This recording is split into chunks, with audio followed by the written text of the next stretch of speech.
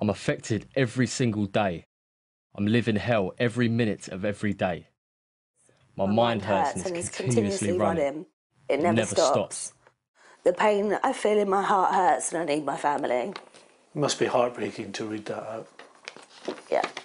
For Louise Sayers, reading her brother's letters from prison is both agonising and it seems never-ending. Ricky Sayers was handed an indeterminate sentence for his part in a violent assault. The judge set a minimum term of 3 years. 13 years later, he's still inside. It's absolutely heartbreaking. We are literally living hell. It's torture. We're told Ricky will be home, you know, after this long, next parole, next parole. It's now been, you know, coming up for 13 years. It's a struggle, and it hurts. Introduced in 2003, indeterminate or IPP sentences were designed to protect the public from those whose individual offences didn't warrant life sentences, but who were still believed to pose a wider threat to the public. At its height, more than 6,000 prisoners were serving IPP sentences.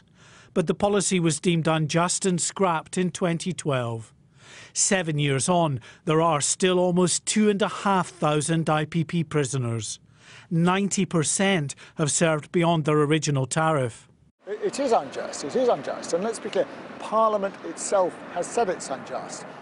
Nick Hardwick was forced to quit as head of the parole board in a row over the proposed release of the most notorious IPP prisoner, taxi driver rapist John Worboys. A continuing danger, Worboys won't now be released anytime soon. But Nick Hardwick says the vast majority of IPP prisoners are low risk and stuck in limbo. To get out, you need to prove that you're no longer a risk. It's not the state that has to prove you're dangerous, you have to prove you're safe. And of course that's an incredibly difficult thing to do if you're in prison. Prison reformers say a change in the law is now urgently needed. Parliament needs to step in and finish the job that it started doing in 2012 when it abolished the sentence. Everybody serving the sentence now needs a fixed date of release from custody, and they need a fixed date when their licence will come to an end. The Ministry of Justice says even those on indeterminate sentences can apply for release if they can convince the parole board they're no longer a threat.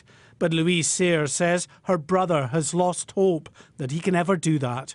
It's an absolute struggle for him. There's no release date, there's no support, there's no nothing. I can't really put into words how much strain it's put on the family. It's kind of ripped us apart. Even when an IPP prisoner is finally released, they remain on a life licence, and many committing even the most minor of infractions can find themselves locked back up again. Mark White, Sky News.